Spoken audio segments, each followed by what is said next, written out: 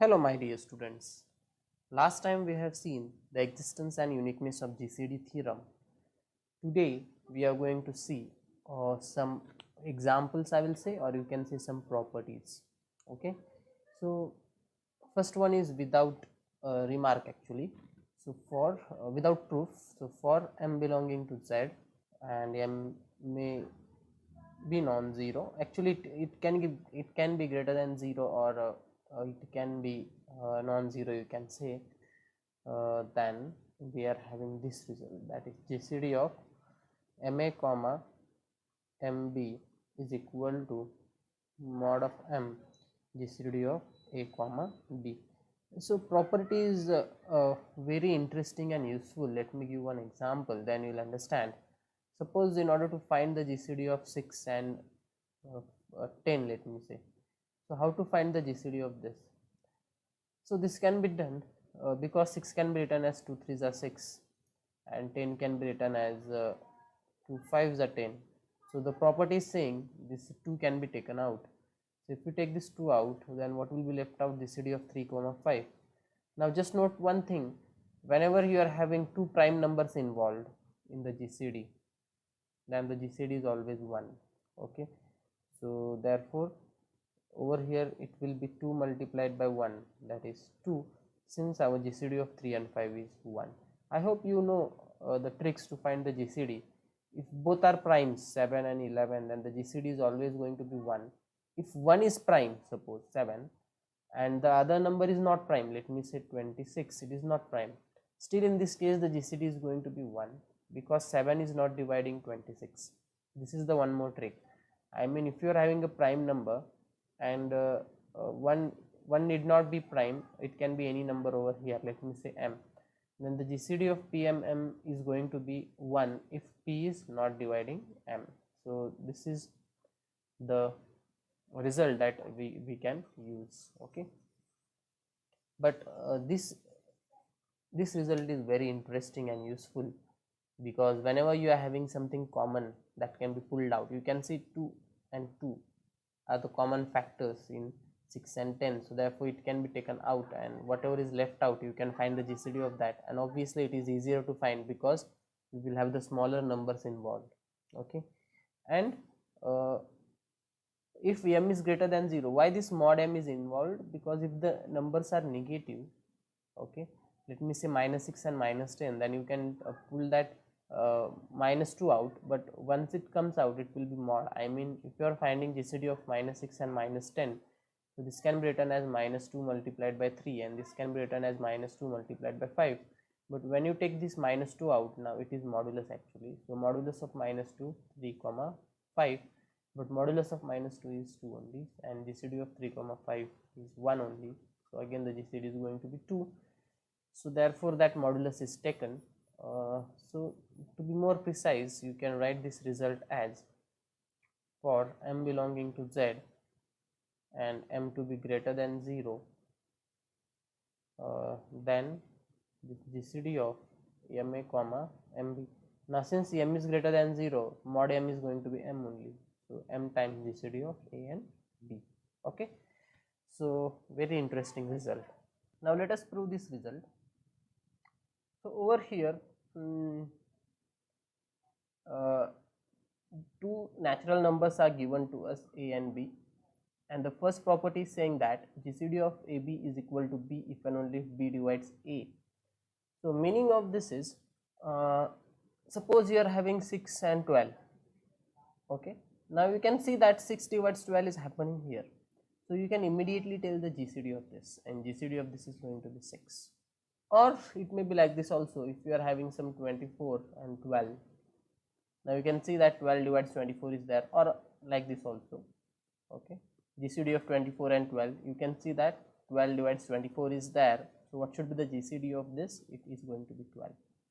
So this is the thing, whenever you are having some for example, one more example, let me say 8 divides 80 you are having, so you can immediately tell that GCD of 8 and 80 is going to be 8. Very beautiful result, the first one, but we are not going to go for the proof because proof is very simple and there is nothing to prove in it, so you can try it on your own. Okay, so it is very trivial. Okay, so I'm going to go for the proof of second one. So what is given here is a is equal to bq plus r is there. Remember that all this a, b, q, r all are integers. Okay, so if a is equal to bq plus r is there, note that r is greater than 0 and less than b. You might be familiar with such type of term, equation actually. So where we have seen it, we have seen it in division algorithm. Only the difference was here we were having r is greater equal 0. Okay, so whenever we are having a is equal to bq plus r, where r is greater than 0 and less than b, then we can see that this GCD of a and b, note that this GCD of a and b is exactly equal to GCD of b and r. Even we can say that now b is simply a notation. If I swipe the positions of q and b, so actually you can also say that GCD of a and q is equal to GCD of q and r. So ह्या bq पैकी कोणताही एक घ्या तरी चालेल. Okay, म्हणजे एक तर जीसीडी ऑफ ए बी घेतला तर मग GCD of A B equal to GCD of B R असेल, किंवा असं पण आपण म्हणू शकतो की GCD of A Q is equal to GCD of QR. Okay, so let us prove it then. So in order to prove it, we are supposed to recall few things that I have written over here. The first thing is, if we are having some three integers a, b, c, let me say, so whatever elements you are seeing here, a, b, c, d and c, whatever they are, all they are integers. This m and n are also integers. Okay, so if a is dividing b, then a divides bc, we can say. I mean, if we know that 8 divides 80, right? So you multiply this 80 by any term. Let me say I will multiply it by 2. Still 8 is going to divide that. So 80 multiplied by 2 is what? 160. And you can see that 80 is dividing 160. You know 2 divides 6 is there. So you multiply 6 by any integer. Okay, so suppose I multiply it by 3, so you'll get 18, and you can observe that 2 divides 18 is happening.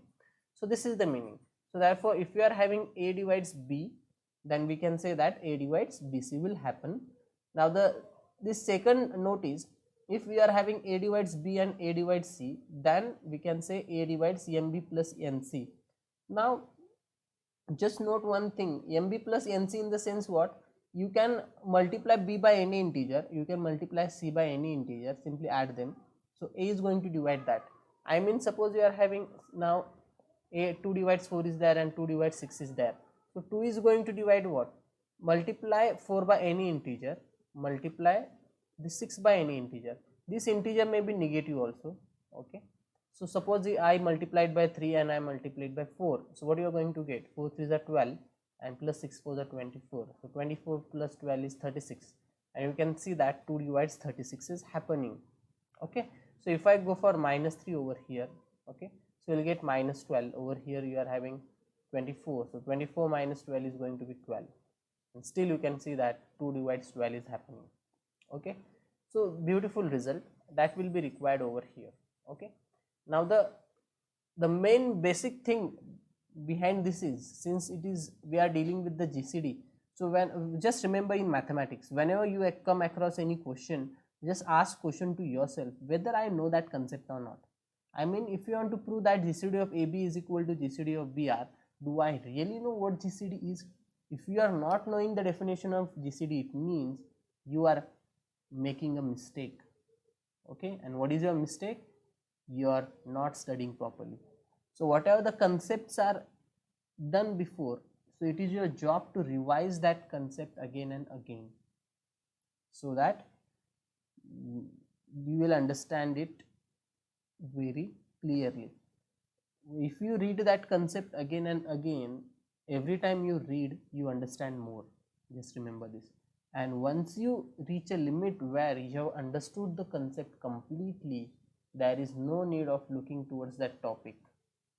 Even if you look towards that topic after 1 or 2 months, still you are going to understand it completely. So this is the magic of mathematics.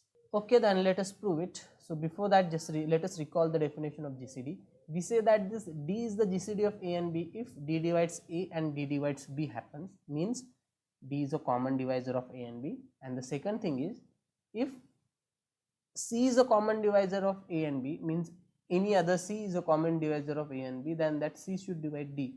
then and then only we say that this D is the GCD of A and B. Now C divides D means what actually? See, the D is nothing but what? See, actually D is equal to GCD of A comma B. So if you put the value of D over here, then you are having C divides GCD of A and B. I mean, suppose you are having somewhere A divides B and A divides C. What you can say? You can say that A is dividing GCD of B and C. That is what I have to tell you. That is what I have to tell you. See this. So if C is dividing A and C is dividing B, then what is happening? C is dividing GCD of A comma B. Okay, that is what our notation is, right? We use this notation for GCD of B and C, isn't it? So therefore, if you are having A divides B and A divides C, then we can say that A is dividing what? GCD of B and C. See, this B is coming here and this C is coming here, because it will be useful for us to prove this result. So let us do it then. So what I will do is I will call GCD of A and B as some D and GCD of B and R as some D1. Okay, so I'll select GCD of A and B is equal to D and GCD of B and R is equal to D1. Now what we have to show? We have to show D is equal to D1. Okay. Now in order to show D is equal to D1, we are going to use the trick that we have already seen before. Okay. So in order to prove D is equal to D1, we are going to show D divides D1 and D1 divides D. Okay. So let us proceed then. Okay. So as we are having GCD of AB is equal to D, so I'll say as GCD of AB is equal to D, therefore what is going to happen? D will divide A and D will divide B. This is by the basic definition of GCD. Now see, in order to show D divides D1, I mean, what is D1? D1 is GCD of B comma R. So if you show D divides B and D divides R, then you are through. Because if D is dividing B and D is dividing R, then what can you say? D is dividing GCD of B and R. The property just now I have explained you. But what is GCD of B and R? The notation we have used is D1 for that, and that will imply D divides D1. But for that purpose, we have to prove D divides B and D divides R. But we have already proved that D divides B. So it remains to show that D divides R. So once we show D divides R, then we are through. Now how to show D divides R? Where is our R? I will call it as 1 because it will be required. Where is our R? See, R lies somewhere here. Okay, I will call it as star. Okay. Now in order to prove D divides R, what I have to prove actually? From this star, what will be my value of R? It will be A minus BQ. So in order to prove D divides R, it is sufficient for me to prove D divides A minus BQ. Because if you prove D divides A minus BQ, then you can say that D is dividing R. But just think, how to prove D divides A minus BQ? So can we use this result? Yes. Now since we are already having, observe this, we are already having D divides A. You can observe here. So we are already having D divides A, we are already having D divides B from 1. So with the help of this, can I prove this? Yes, we can prove it. How? Since D is dividing A and D is dividing B, what we can say? D is dividing A plus some integer multiplied by B. In fact, D is dividing some integer multiplied by A plus some integer multiplied by B. That integers may be anything, you can choose random integers, but I will choose this integer to be 1 since I have to prove D divides A minus BQ. And what should I choose this integer? Can you guess? You are absolutely right. I am going to choose it as minus Q.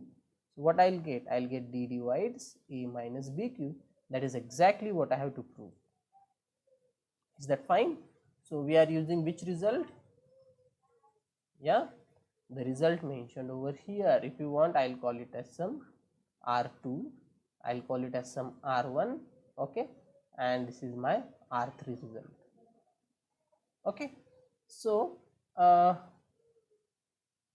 and this R1, R2 and R3 are only for this example only, for this particular example. Okay, so therefore what can I say? In the examination, don't write R1, R2, R3, mention that property. Okay, So therefore D will divide A plus minus Q multiplied by B. This is by using R2. Okay, and therefore D will divide A minus BQ, and therefore D divides R, because since, or you can say by using star, isn't it? And I will call it as sum 2. So therefore from, you can say D divides GCD of B and R, that is from 1 and 2, and therefore we can say D divides D1, because GCD of B comma R ला आपण D1 म्हटलेलं आहे, and I will call it as 3. Now as we have proved D divides D1, now it remains to show that D1 divides D. So I will say as GCD of B and R is equal to D1, okay, I'll write here as, just a minute, as GCD of B and R is equal to D1, therefore we can say D1 divides B and D1 divides R. So now in order to show D1 divides D, what we have to show? We have to show D1 divides GCD of A and B. In order to show D1 divides GCD of A and B, we have to show D1 divides A and D1 divides B. But we have already shown D1 divides B, so it remains to show that D1 divides A. So now the question is how to show D1 divides A. From star, what is my value of A? My value of A is BQ plus R. So in order to show D1 divides A, we should show D1 divides BQ plus R. Now the question is, can we use this? Okay, I will call it as sum 4. Can I use 4 in order to prove this D1 divides BQ plus R? And yes, we can do it. How? Because from 4 we can say that D1 will divide integer multiplied by B plus integer multiplied by R. This should be what? See the coefficient of B over here. It is Q, so it should be Q. And what about this? You can see the coefficient of R over here is 1. So I will choose it to be 1, and I have D1 divides BQ plus R. Okay, so let us do it then. So I will say this implies D1 divides QB plus R, that is nothing but D1 divides BQ plus R. This is by using R2. Okay, and this implies D1 divides A, that is by using star, and I will call it as 5. Therefore you can say D1 will divide GCD of A comma B from 4 and 5, but GCD of A comma B is nothing but what? It is D. Therefore D1 will divide D, you can call it as 6, and therefore from 5 and 6 what you are having?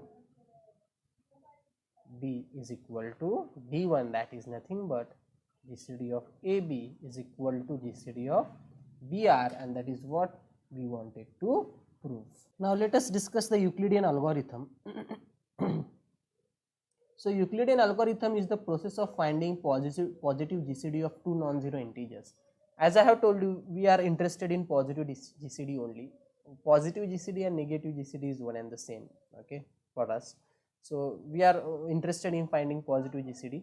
Now since over here it is the process of finding positive GCD of two non-zero integers, there is no point of taking the integers to be negative, okay, because we are interested in positive GCD. So what I will do is, without loss of generality, I will assume that both are greater than 0.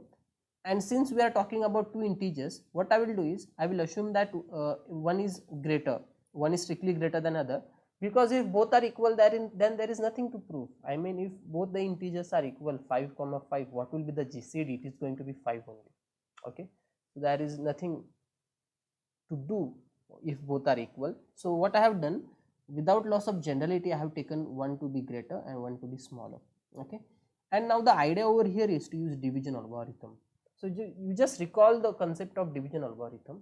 If we are having A and B with B strictly greater than 0, then we can apply the division algorithm and we will have A is equal to BQ plus R, where R is strictly greater equal, sorry, R is greater equal 0 and strictly less than B, okay. And this Q and R are what? Unique.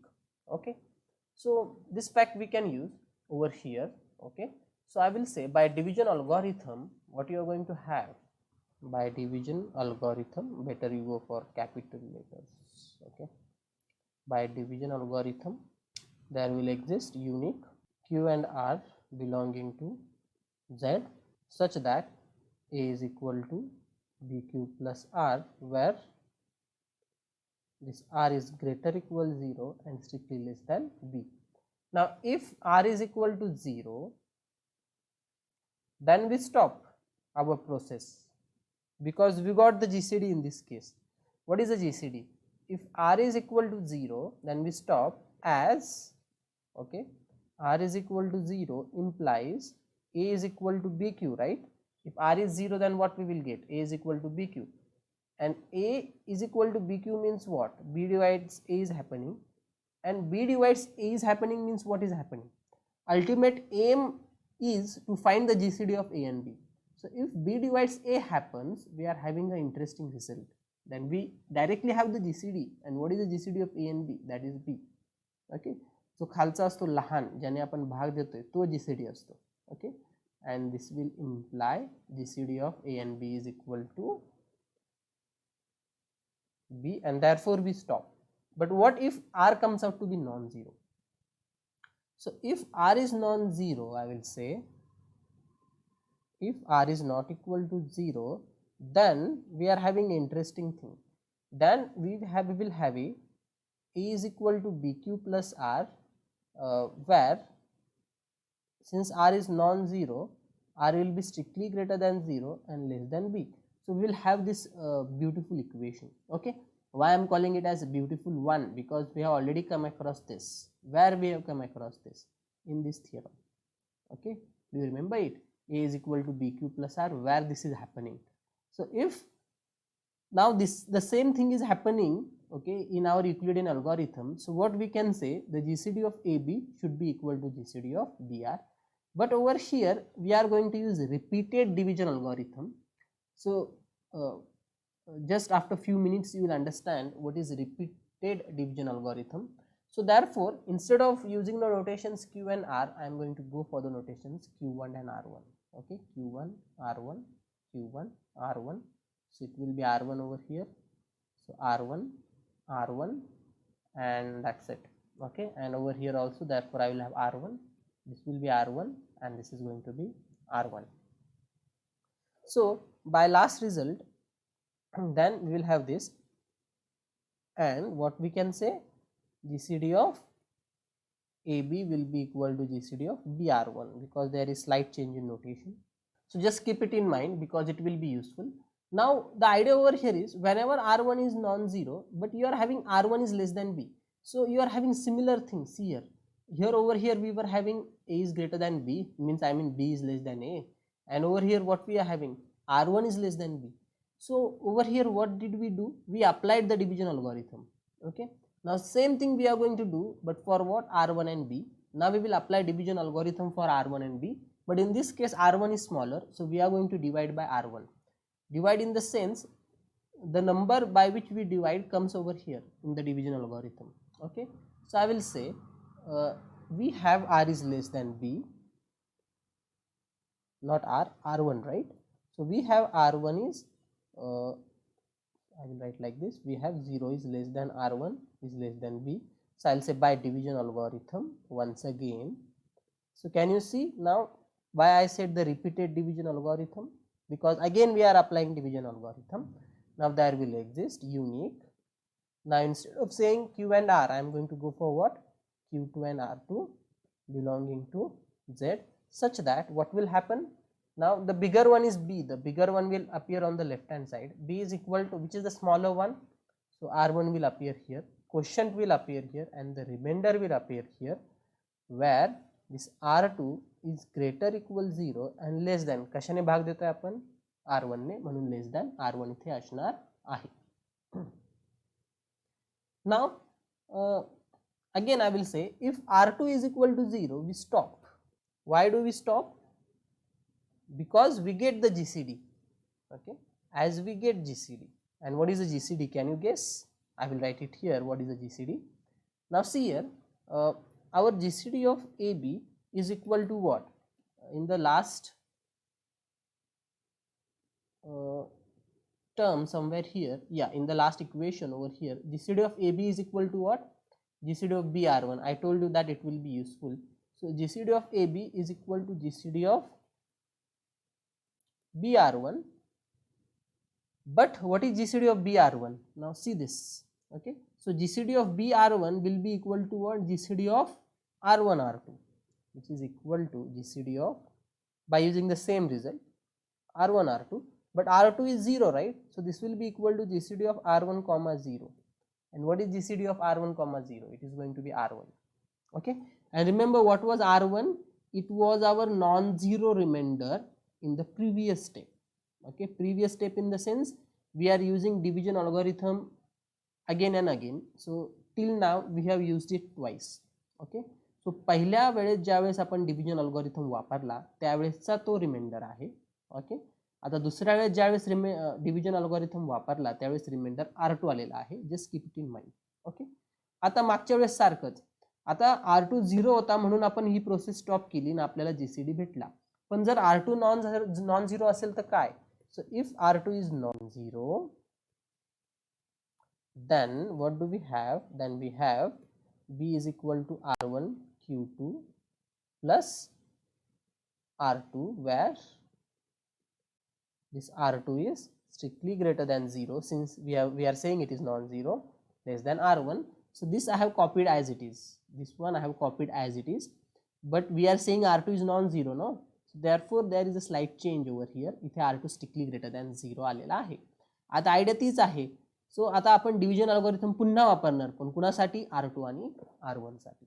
Okay, so I will say as 0 is strictly less than R2 is strictly less than R1. So I will say by division algorithm. Now we are using division algorithm third time. Okay, what we will get? There will exist unique. Since third time, I am going to use the notations Q3 and R3 belonging to Z, such that what is going to happen? Such that which is the bigger one, R1. So bigger will appear on the left hand side. So R1 will be equal to, which is the smaller one, R2 will appear here, the quotient will appear here, and the remainder will appear here, where, just a minute, where this R3 is going to be greater equal 0 and less than, कशाने भाग देतोय आपण? R2 ने. Now again I will say if R2 is 0, now R3, sorry, R3 is a remainder, right? So I'll say if R3 is equal to 0, we stop. Why? As we get the GCD. I can say the now because GCD is unique. And why we will get the GCD? Since GCD of AB is equal to GCD of BR1, okay, GCD of BR1 is equal to what? GCD of R1 R2, and GCD of R1 R2 will be equal to what? GCD of R2 R3, but R3 is 0, so therefore this will be equal to GCD of R2 comma 0, and which is equal to R2. And remember what is R2? R2 is the non-zero remainder in the previous step. Is that okay? Now if R3 is non-zero, that may also happen. So if R3 is non-zero, then what? Then we have what we are having? This R1 is equal to R2 Q3 plus R3, where this R3 is strictly greater than 0 and less than R2. So we continue this process, so on. Okay, so we continue this process. So I hope you got the idea. So we are going to continue this process. आपल्याला GCD कधी भेटतो? जर reminder 0 आला तर. So we are going to continue this process until we get 0 as a remainder. So we continue this process. So I hope you understood the process of finding the GCD. So this is called as Euclidean algorithm. So this process will be used if you are having two big integers and the question is asked find the GCD, because finding the GCD of smaller integers is easy, but if you are having big integers, then how to find the GCD? This is the question. Okay, so this can be done by using this Euclidean algorithm. So in the next class we will be discussing some examples on it. So we'll stop here. Thank you.